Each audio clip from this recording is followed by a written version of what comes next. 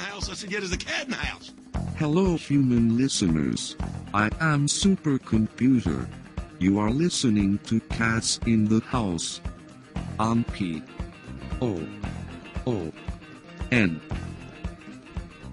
Hey, welcome to Cats in the House. This is Eric Davis, and I'll be joined by Alex and Noah in just a minute. But we had the week off last week, and Supercomputer, you look just great right now. You had your family reunion, didn't you? Yes, human host Eric Davis. I was at my family reunion with Ben Affleck and Mitt Romney. Wow, I didn't realize you were related to so many celebrities, but when I think about it, it kind of makes sense. The Kardashian side of my family could not attend.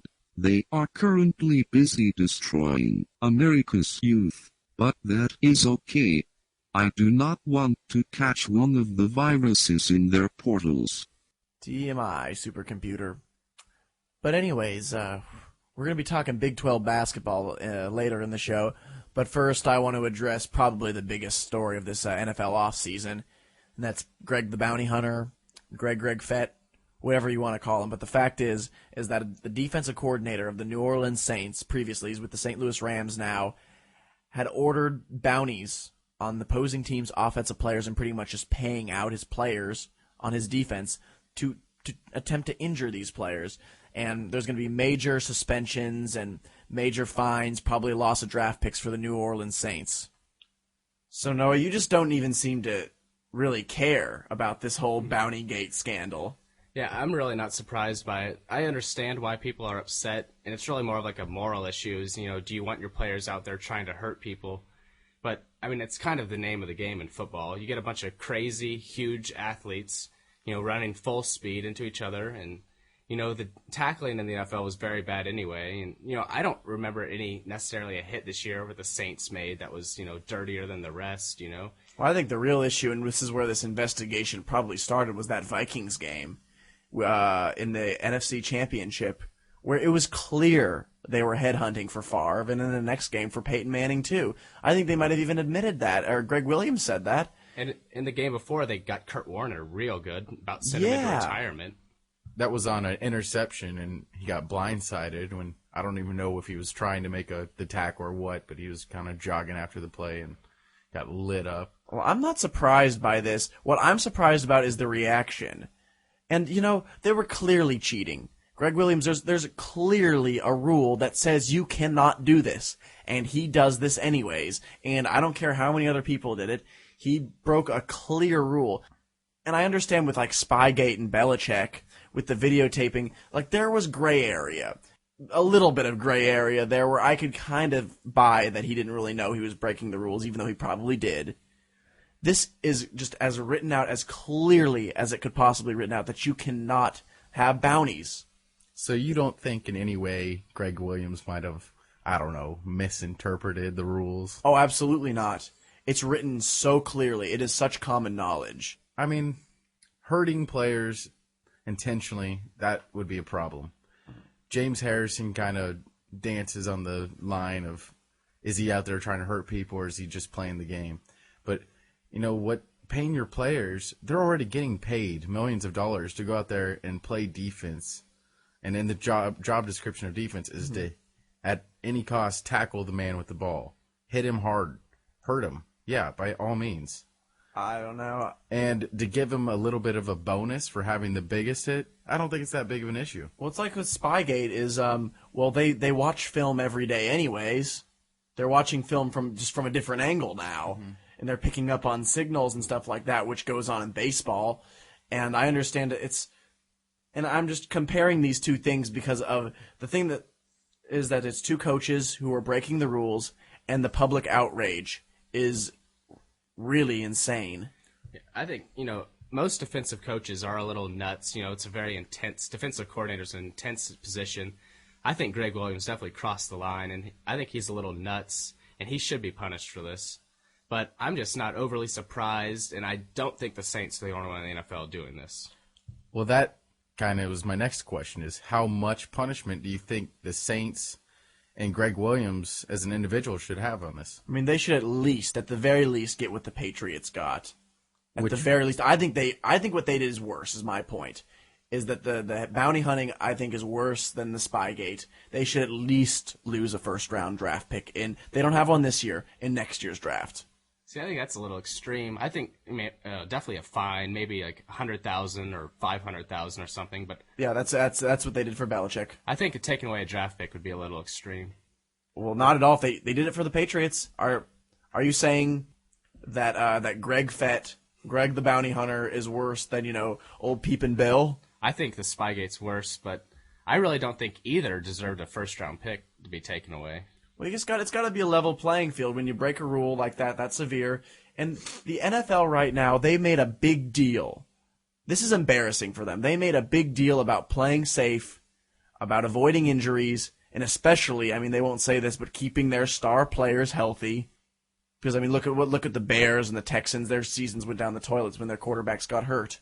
What I will say is this is a nightmare for them. The Saints happen to be the defense that got absolutely embarrassed in the playoffs last year up in Seattle when Marshawn Lynch made the Richter scale move and broke about 7 tackles on their D. Their defense did not... Where was the bounty on Lynch? Yeah, I think he's still running right now. And the Green Bay Packers couldn't tackle LeGarrette Blount with 20 men on the field this year. It just seems that the tackling in the NFL is so bad compared to what it has been in the past, and people aren't using their arms to wrap up. They're just kind of knocking into people, trying to do the old bowling ball trick.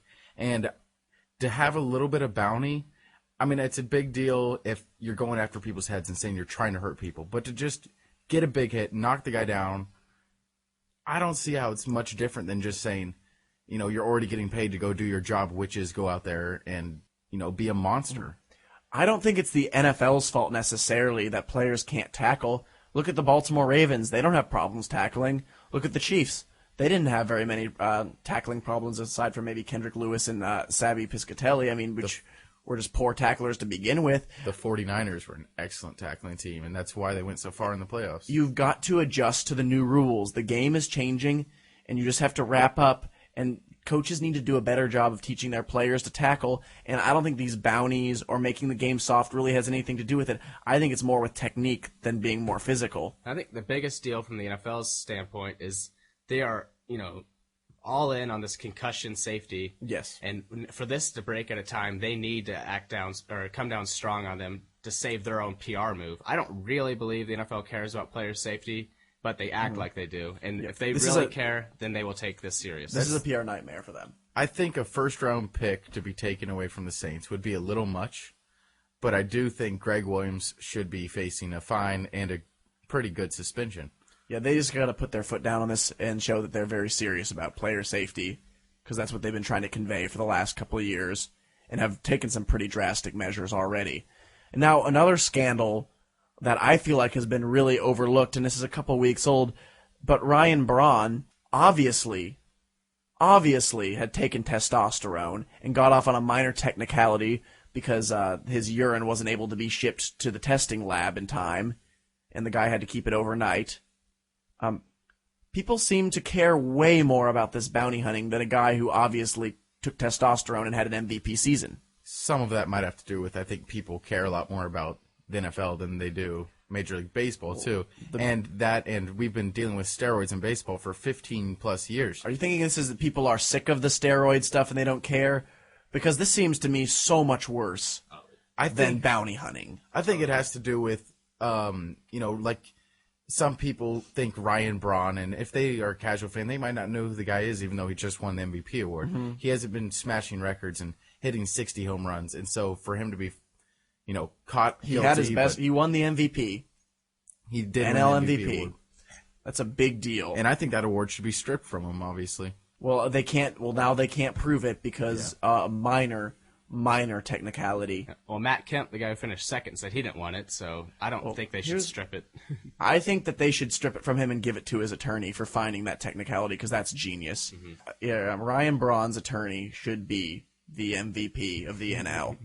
And I think the biggest reason people don't really care is because he plays in Milwaukee. He doesn't play in Philadelphia. He doesn't play in New York or Boston. And he didn't break any records. Exactly. He's a very good player, but he's on a small market team in the Midwest. And that's why kind of with his, public relations and just everyone in general's opinion about him, even though he won the appeal, and technically it says that that steroid test was a false positive. Mm-hmm. I think the general public knows, anyone who reads or hears about the situation can acknowledge the fact that there was testosterone in Ryan Braun's urine sample. All right, so let's do this. Let's rank in order of the most offensive crime. Barry Bonds taking PEDs to hit home runs. Ryan Braun for helping him win MVP. Greg Williams bounty hunting, and Spygate from Bill Belichick. Which rank them? Well, Noah? to me, I really couldn't separate Bonds and Braun because to me they're both cheating the game. That's both the bad ones for me, and I can't really separate. It's both steroids, and I would say that is the worst, and then the Spygate, and then the bounty. And I would agree with that pretty much. I would say Bonds had so much more to gain out of his. Mm-hmm. So Bonds is, I think, significantly worse than Braun's because you won't see, Ryan Braun's name in all the record books with the little asterisk. It's Bonds' name you'll see. And then between the two NFL scandals, I just think that players are going to get hit really hard already to have a little bit extra incentive to have your players hit them harder. Well, it's not get them hit harder. It's to hurt them. It's true. It's to hurt them, and when you hurt players, that lowers the quality of your game. When you use performance-enhancing drugs, that increases the quality of your game, whether that's a moral dilemma. This is, I think, a moral dilemma and a competition dilemma.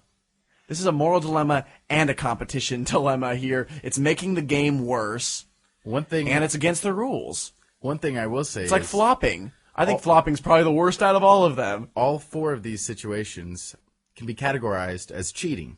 Yes. And the two NFL teams we're talking about have won Super Bowls. Yes. The Patriots have won 3, and the Saints won 1 a couple years ago. And Barry Bonds broke his records, and Ryan Braun won MVP.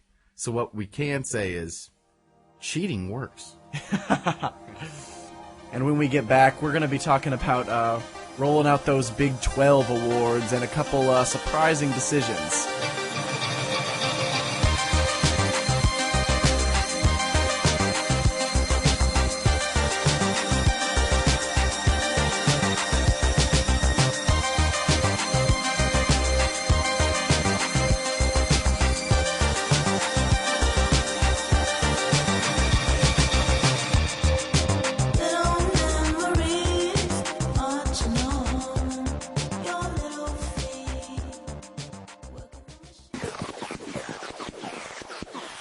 I will destroy you. Excuse me, I meant, you are listening to Cats in the House.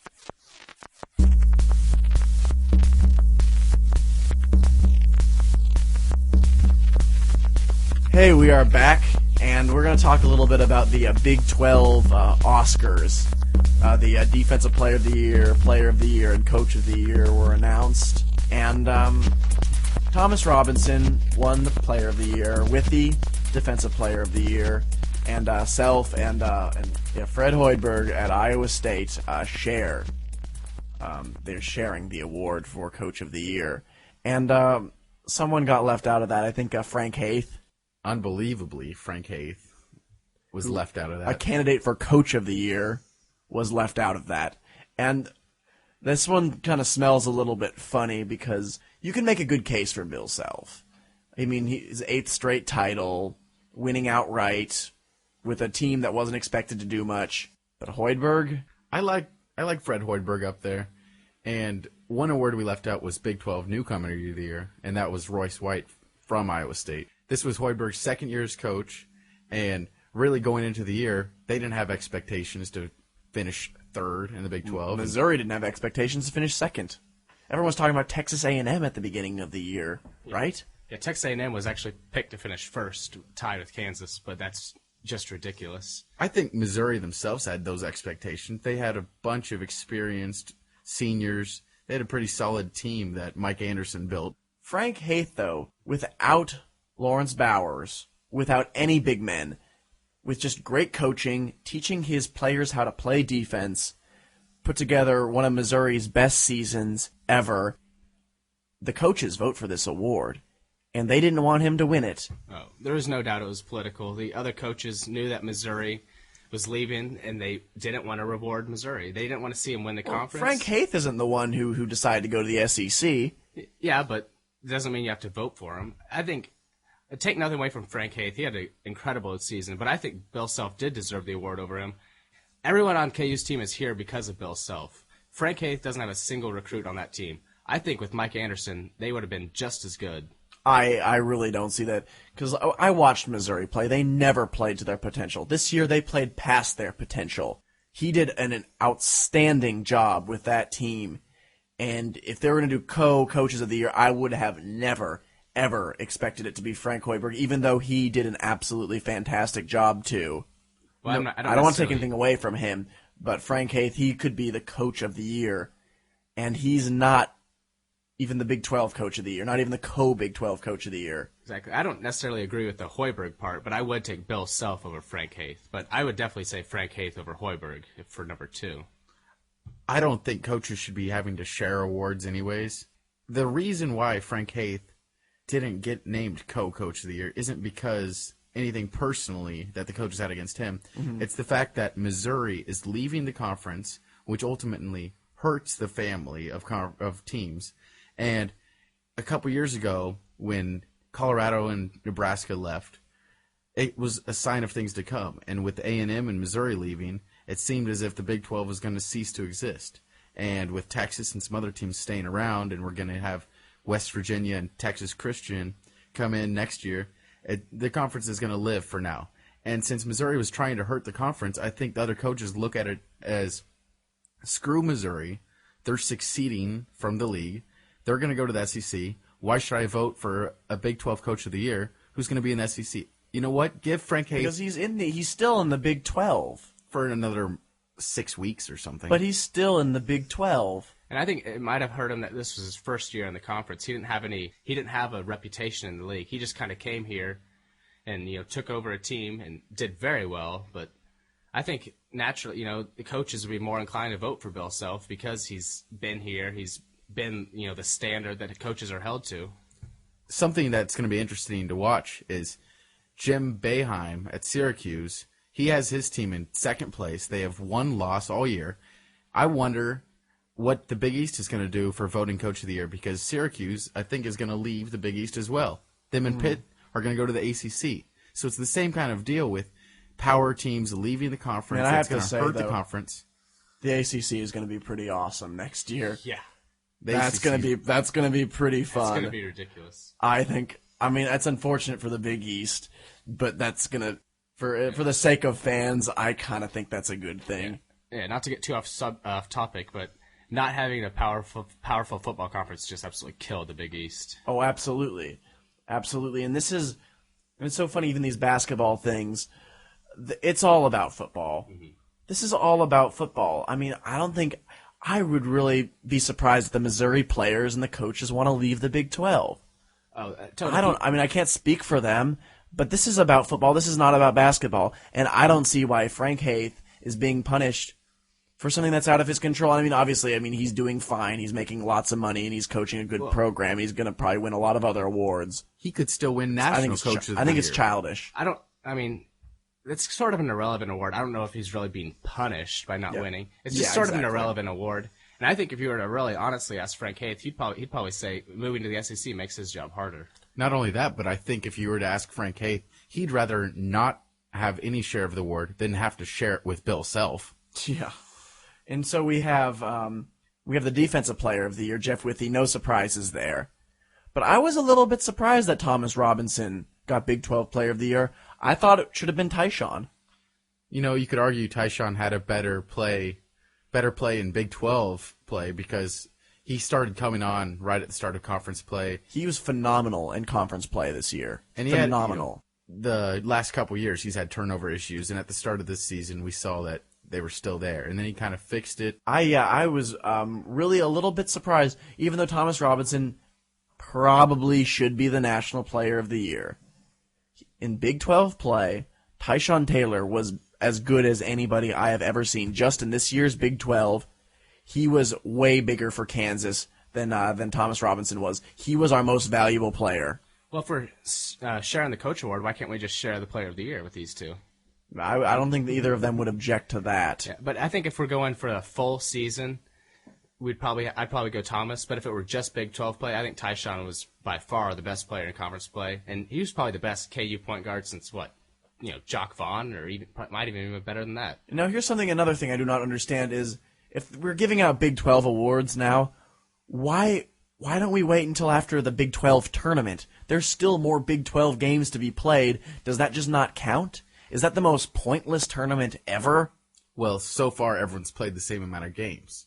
In the conference tournament, whoever gets out early, they're going to have less games to go by.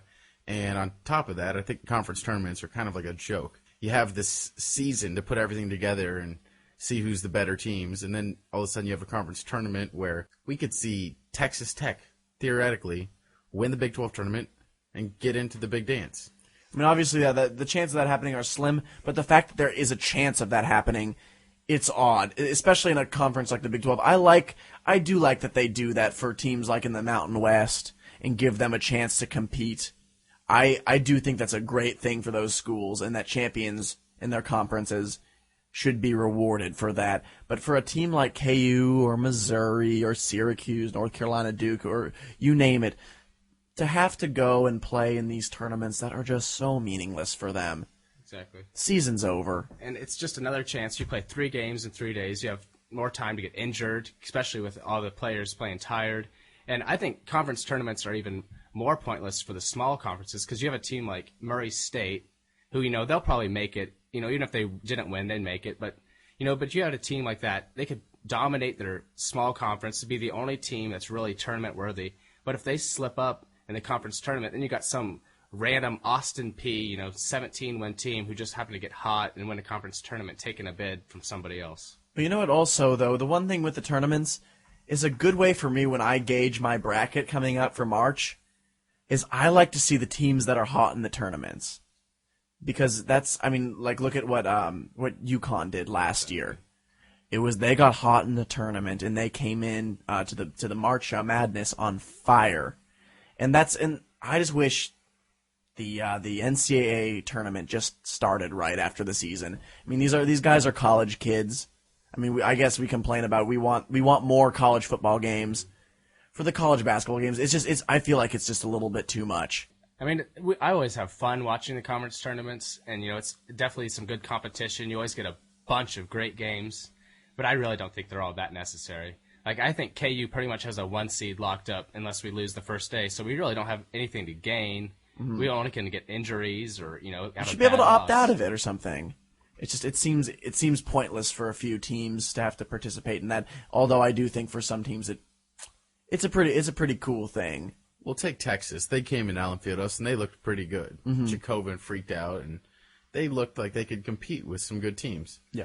And so for them, the Big 12 tournament is their lifeline. They have to compete well, win 2 games at least to play their way into the big dance. So for them, I could see why it makes sense. But like you said, for the teams that have established themselves as tournament teams and high seeds, you can only really be hurt by it. So we got the Big 12 tournament coming up later in the week. What else are we looking forward to? Well, I might go a little off the map here, and I'm going with the Mountain West Conference tournament because Colorado State with Lawrence native Dorian Green they're probably 1 win away from clinching a spot in the NCAA tournament. And we'd love to see him play. I think that would be awesome. 16 second-half points to beat our 11th-ranked UNLV on Wednesday night. I'm going to have to say I'm just looking forward to an inevitable Game 3 versus Missouri. Because I can feel it. It's going to happen. They're best 2 teams in the conference. There's going to be a grudge match. You never go best of 2 when you tie. It's 1-1 this year. We need that next game. That's the true champion. Like that game for this tournament, I feel like that game does have a lot of meaning. And if this Big 12 tournament creates one more Kansas Missouri game, it was a success. If not, I really don't care too much. And we got the franchise tags rolling in. And we've got Peyton Manning's bonus coming up.